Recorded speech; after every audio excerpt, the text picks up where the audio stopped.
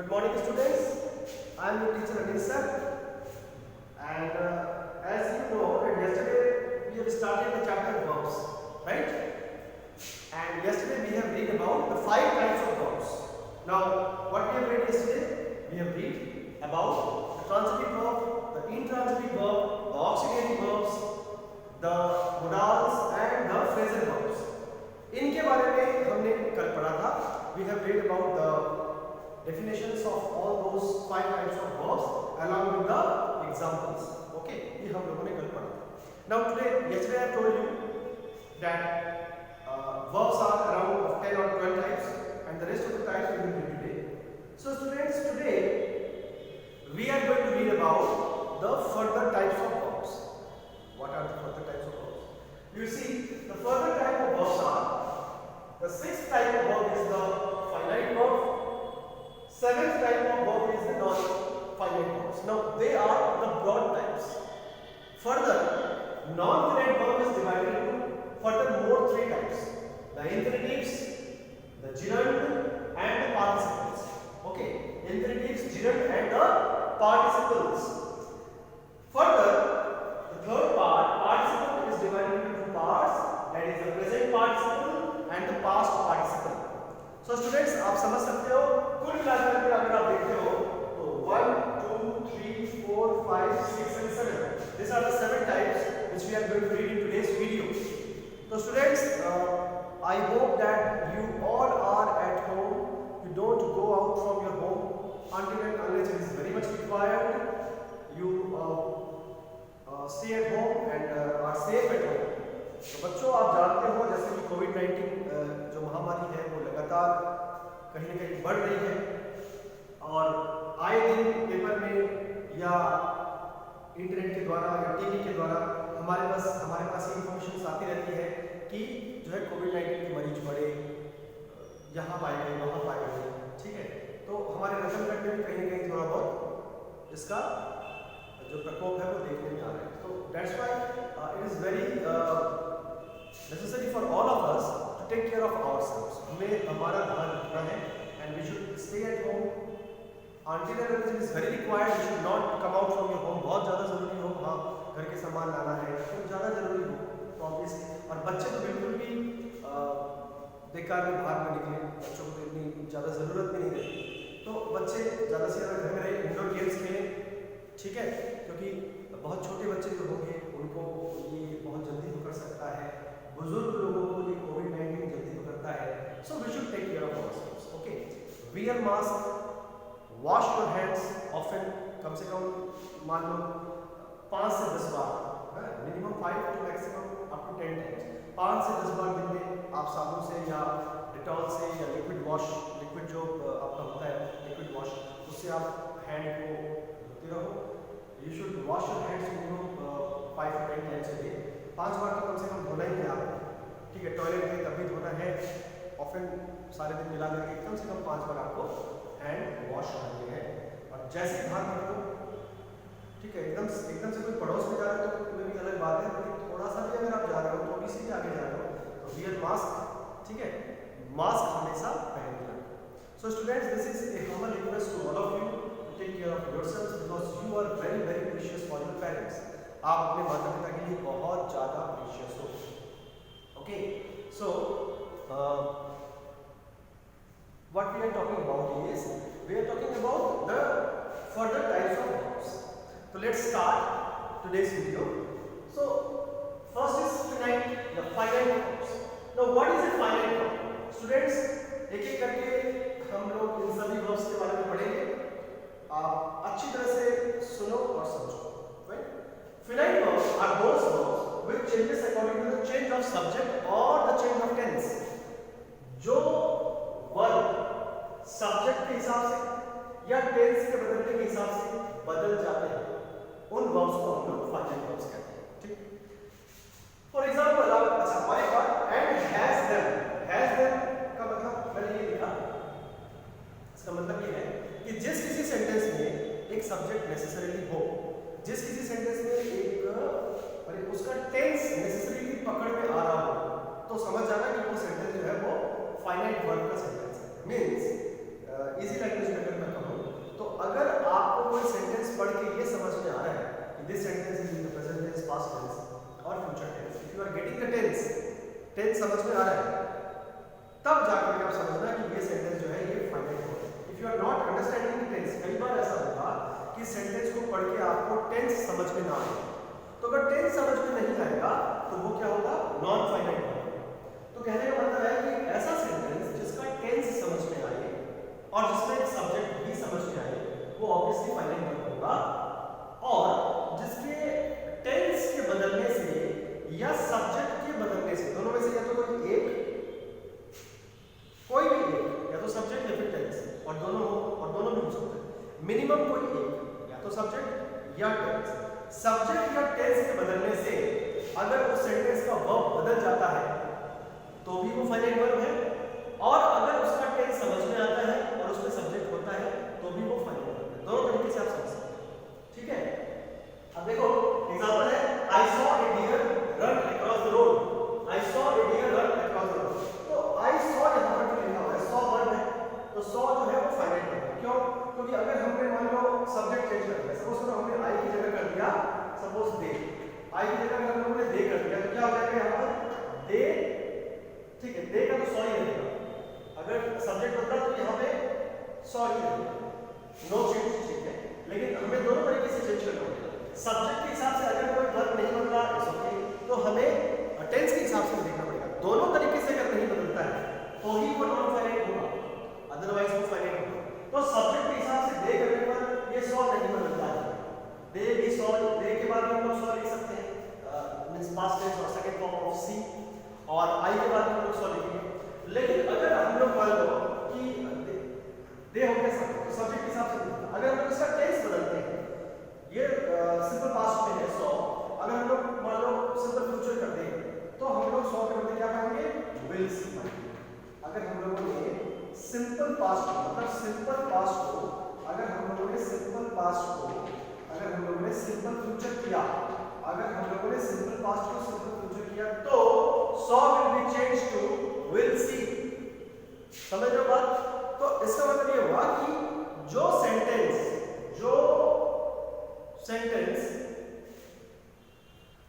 का verb tense के बदलने से या सब्जेक्ट के बदलने से बदलता हो वो वर्ब फाइनाइट वर्ब कहलाएगा। ये हुआ पहला डेफिनेशन। दो डेफिनेशन इसके हो सकते हैं। पहला डेफिनेशन ये बड़ा आसान है, इसको भी समझ लोगे तो भी आपको काम बन गया, दूसरा समझने की जरूरत नहीं है। फिर भी दूसरा वाला आप जान लो। दूसरा वाला डेफिनेशन ये है कि अगर किसी सेंटेंस में सब्जेक्ट और जो है टेंस की पहचान हो रही है तो वो सेंटेंस फाइनाइट है। समझ गए? अगर किसी सेंटेंस में सब्जेक्ट की पहचान हो रही है, टेंस की भी पहचान हो रही है कि पास्ट है, प्रेजेंट है या फ्यूचर है, तो वो फाइनाइट है। पहला डेफिनेशन बन गया। दूसरा डेफिनेशन हुआ, और पहला जो मैंने बताया कि सब्जेक्ट या टेंस के बदलने से, सब्जेक्ट या टेंस के बदलने से जो वर्ब बदलेगा वो हो जाएगा finite. So I hope you will understand. Now ये पार्ट हम लोगों ने पढ़ा, वी हैव अंडरस्टूड और we have read about this one, ठीक है। Now let's move towards the non finite verbs. Non finite verbs का हम पहले हम लोग डेफिनेशन के द्वारा जान लें। एक ऐसा सेंटेंस जिसमें सब्जेक्ट और टेंस ठीक से समझ में ना आए। कई बार ऐसे सेंटेंस मिलेंगे जिसमें सब्जेक्ट और टेंस ठीक से समझ में नहीं आएंगे। आप ठीक से बोल नहीं पाओगे कि ये सेंटेंस पास्ट टेंस में, प्रेजेंट टेंस में या फ्यूचर टेंस में। फॉर एग्जांपल देखो, art is making something out of nothing and selling it. एक कला है, कुछ भी नहीं से कुछ निकालना और उसे बेच देना, सेंटेंस का मतलब है। तो क्या आप इस सेंटेंस को पढ़ करके ये जो एग्जांपल दिया है, art is making something out of nothing and selling it, ये जो सेंटेंस आपने पढ़ा, क्या इस सेंटेंस से आप ये अंदाजा लगा पा रहे हो कि इस सेंटेंस का टेंस क्या है, that is past tense, present tense और future tense? It is quite ठीक है। आप कहेंगे वो तो सर इज है, तो हम लोग समझ पा रहे हैं कि ये प्रेजेंट कंटीन्यूअस है, ठीक है। लेकिन कहीं ना कहीं इसका सब्जेक्ट अनक्लियर है। तो सब्जेक्ट या टेंस में से दोनों में से कोई एक भी अगर अनक्लियर रहेगा तो वो सेंटेंस नॉन फाइनाइट कहलाएगा। ये डेफिनेशन हो। दूसरा डेफिनेशन ये है कि it do not change and usually don't show tense, या दूसरा ये कि डू नॉट चेंज, ठीक है, ये बदलता नहीं है, ये टेंस के बदलने से या सब्जेक्ट के बदलने से बदलता नहीं है। कहने का मतलब मान लो ये जो नथिंग है, सेलिंग है, ठीक है, जो है ये वाला वर्ड बदल जाएगा, इसको छोड़ो, लेकिन ये वर्ड के दो जो वर्ड्स हैं nothing and selling they will not change. आप इसका टेंस जो भले ही समझ में आ रहा हो सेंटेंस में, प्रेजेंट कंटीन्यूअस समझ में आ रहा है, सब्जेक्ट समझ में नहीं आ रहा, तो इस सेंटेंस का जो टेंस है उसको अगर आप बदलने की कोशिश करोगे तो उसको बदलने से ही ये नथिंग और सेलिंग वर्ड बदलेंगे। फॉर एग्जांपल देखो, अगर इस रीडिंग में हम लोगों ने विल मेक कर दिया, विल मेक, ठीक है, सिंपल फ्यूचर कर दिया तो सेंटेंस कैसा हो जाएगा, art will make something out of nothing and selling. यहां पर नथिंग भी नहीं बदलेगा, सेलिंग भी नहीं बदलेगा, समझ रहे हो बात? तो ऐसे कई सारे एग्जांपल हैं जिसमें सब्जेक्ट और टेंस को बदलने से आपका जो ये है verb it will not change. तो जहां नहीं बदले they are called as non finite, समझ गए? तो दोनों में से एक तरीके से आप समझ सकते हो, both are the definition of it, और कोई भी डेफिनेशन के हिसाब से आप इसको समझ सकते हैं। तो यहां पर एक एग्जांपल जो हमने देखा था फाइनाइट वर्ब, तो हमने देख लिया कि सिंपल फ्यूचर में चेंज करने से 100 बदल जाएगा, एनिमल बदल जाएगा, टेंस बदलने से बदल जाएगा। पर इसमें अगर हम लोगों ने टेंस भी बदला, इस नहीं को अगर हम लोगों ने विल मेक किया, तब भी ये पार्ट बदल जाएगा। चलो ये तो उसको हम बॉक्स में कर लेते हैं समझने के लिए, और जो नहीं बदलेगा उसको सर्कल में कर लेंगे, ठीक है? तो बॉक्स वाला टेंस हमने बदला, ठीक है, पर उसके बदलने से बाकी के जो वर्ब है नथिंग एंड सेलिंग या सेलिंग जो वर्ब है विल नॉट चेंज, ठीक? तो अब इसके जो तीन टाइप्स हैं। अच्छा एक और बात कि non finite verbs functions as nouns, adjectives और एडवर्ब्स। नॉन फाइनाइट जो वर्ब्स होते हैं, नॉन फाइनाइट वर्ब्स होते हैं जैसे कि यहां पर सेलिंग वर्ब है, ठीक है? तो नॉन फाइनाइट वर्ब, ये एग्जांपल सेलिंग ले लो, तो it acts as a noun, adjective और एडवर्ब, ठीक है? एक प्रकार से ये नाउन संज्ञा, विशेषण या क्रिया विशेषण के रूप में काम करते हैं, अक्सर इस तरह से ये दिखते हैं, ठीक है? अब हम लोग जो है पढ़ते हैं कि what are the further types और what are the sub types of non finite verbs, ठीक है? तो further types of non finite verbs are the infinitives, the gerund and the participle, ठीक है? इंफिनिटिव्स, gerund एंड पार्टिसिपल, ये तीन प्रकार के टाइप्स हैं नॉन फाइनाइट वर्ब्स। स्टूडेंट्स सबसे पहले हम लोग देखेंगे कि व्हाट आर इंफिनिटिव्स। इंफिनिटिव्स के बारे में हम लोग पढ़ते हैं स्टूडेंट्स, यहां तक हमने पढ़ लिया है आज। अब इंफिनिटिव के बारे में पढ़ते हैं। इंफिनिटिव में क्या है? Infinitives are those type of verbs which has a combination of or which has a structure of 2 plus 1। 2 plus 1 का जिसमें स्ट्रक्चर होता है उनको हम लोग इंफिनिटिव कहते हैं। ये सेंटेंस में कई जगह लगाए जाते हैं। For example, he wanted to play, he want to play, he want to go, to sing is her hobby, ठीक है? In order to succeed we need to work hard, ठीक है? ऐसे 2 प्लस वर्ब जब आ रहे हैं तो हम लोग उसको इंफिनिटिव्स कहते हैं। 2 प्लस वर्ब जहां पे भी आएगा 2 प्लस वर्ब को हम लोग इंफिनिटिव कहेंगे। टू प्ले, ठीक है, या टू गो, ऐसे बहुत सारे सेंटेंसेस हो सकते हैं, बहुत सारे वाक्य बन सकते हैं इस प्रकार के कॉम्बिनेशन से। 2 प्लस 1, ये 2 प्लस 1 है, 2 प्लस 1 है, go is a verb, play is a verb, ठीक है? तो जिस किसी सेंटेंस में फिर 2 प्लस वर्ब लगा है, whether it is in the initial part of the sentence, whether it is at the last of the sentence or whether it is in the middle of the sentence, जहां कहीं भी 2 plus verb हो, ये 2 plus verb जो structure होगा, 2 plus verb का structure, this particular structure will be termed as infinitives। समझ गए? अब हम लोग आगे बढ़ते हैं। Now we are going to read about the gerund। Now student, there is a bit similarity between the word gerund and the word participle। participle और gerund में थोड़ी सी सिमिलैरिटी है। वो क्या है पहले देख लेते हैं। सिमिलैरिटी ये है कि आईएनजी फॉर्म ऑफ वर्ब होता है और ये भी पार्टिसिपल में जो प्रेजेंट पार्टिसिपल होता है वो भी आईएनजी फॉर्म ऑफ वर्ब ही होता है। ये दोनों सिमिलैरिटी है। हालांकि पार्टिसिपल में past participle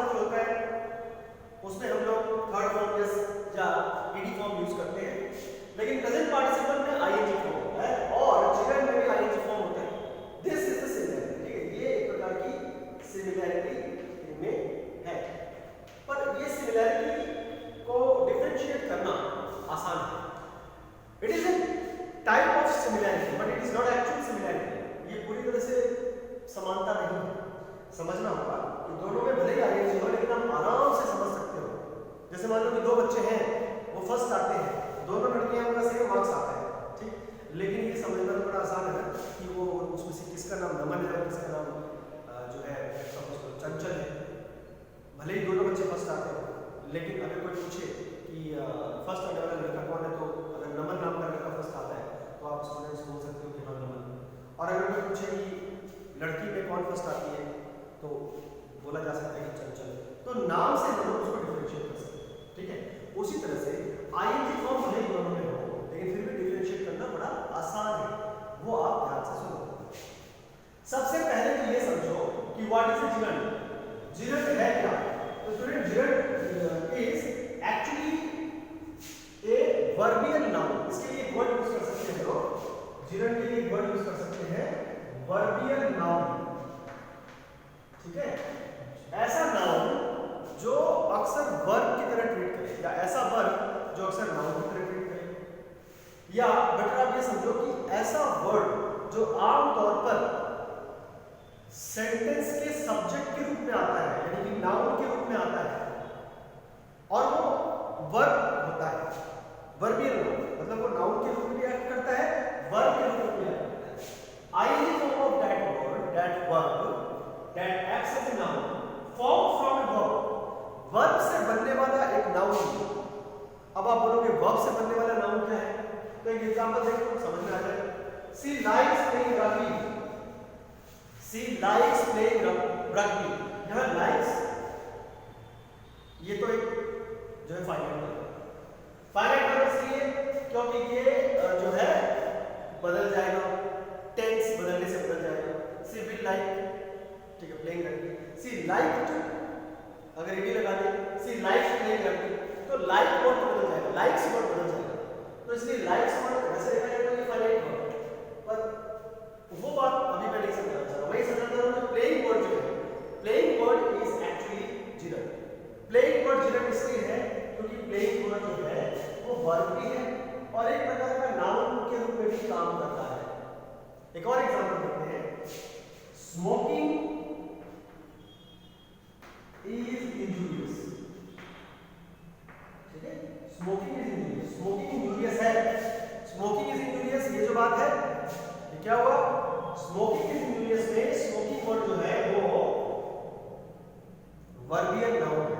it is a verbal noun, ये नाउन है और एक वर्ब भी है, ठीक है। तो स्मोकिंग वर्ड जो है वो जिरंड है। तो आमतौर पर आप ये कह सकते हो कि मोस्टली देखो, जैसे यहां पर मैंने देखा तो ये सेंटेंस के बीच में ज्यादातर ये सब्जेक्ट के रूप में इस्तेमाल होता है। ज्यादातर जिरंड जो है वो सब्जेक्ट के रूप में यूज होते हैं and they acts as a verbal noun. समझ गए? And they do not change. Obviously change तो होंगे ही क्योंकि नॉन फिनाइट पार्ट है। नॉन फिनाइट पार्ट तो इंफिनिटिव है, जिरंड भी है, पार्टिसिपल भी है, प्रेजेंट पार्टिसिपल भी है, पास्ट पार्टिसिपल है, ये सारे नॉन फिनाइट पार्ट्स हैं। तो ये कहीं भी नहीं बदलेंगे, ना तो इंफिनिटिव बदलने वाला है, ना जिरंड बदलने वाला है टेंस या सब्जेक्ट के बदलने से, ना पार्टिसिपल बदलने वाला है, ना प्रेजेंट या पास्ट पार्टिसिपल। कोई भी प्रकार का टेंस जो है वो सब्जेक्ट या टेंस के बदलने से बदलने वाला नहीं है, ठीक है। सो आपने देखा कि आमतौर पर आईएनजी वर्ड जो वर्बियल नाउन के रूप में एज ए सब्जेक्ट यूज होता है वो जिरंड कहलाता है।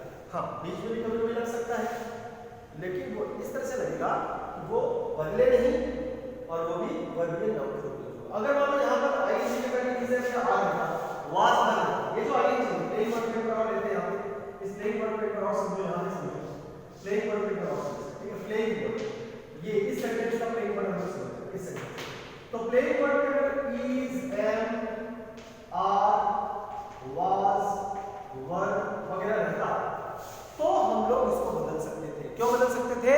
क्योंकि ये प्रेजेंट कंटीन्यूअस में या पास्ट कंटीन्यूअस में होता, ठीक है।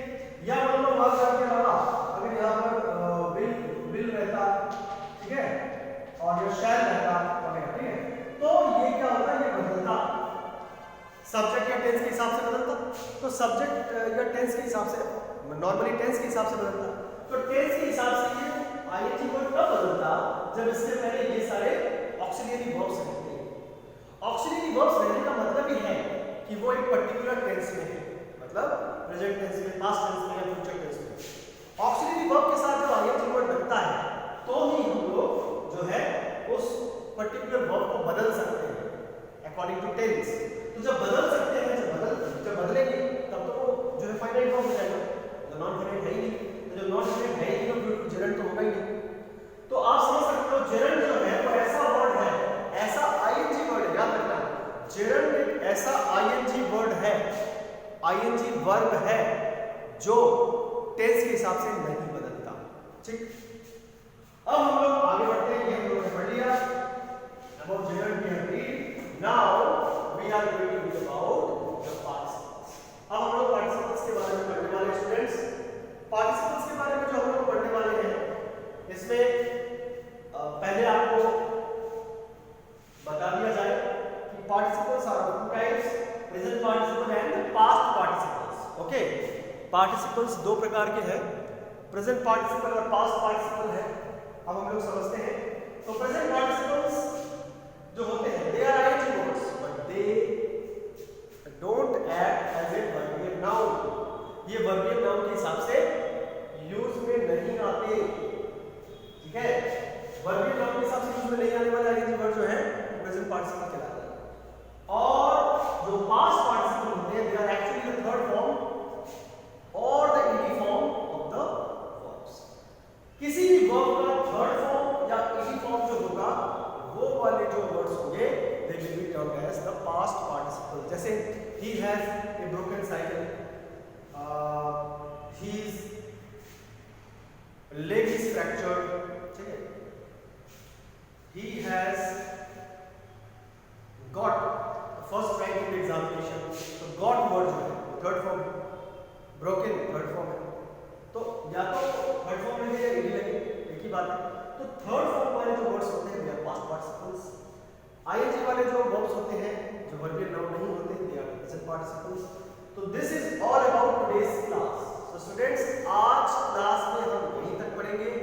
आई hope you have understood my way of making you understand the finite and non finite verbs along with its सब टाइप्स। मैं उम्मीद करता हूं कि आप समझ पाए हो। मैंने बहुत इजी ढंग से समझाने की कोशिश की है। नॉट आप इतना भी अगर समझ लो तो फिर कल को अगर कोई आपको पूछता है what is a finite verb, आप बोल सकते हो। What is a non finite verb, you can say what are its types, give examples, आप बोल सकते हो। इतना भी अगर आपने क्लास 7 के स्टैंडर्ड तक का बोल लिया लोगों को that will be more than enough. ठीक है, आज के लिए स्टूडेंट्स इतना ही। Stay at home, stay safe, thank you very much.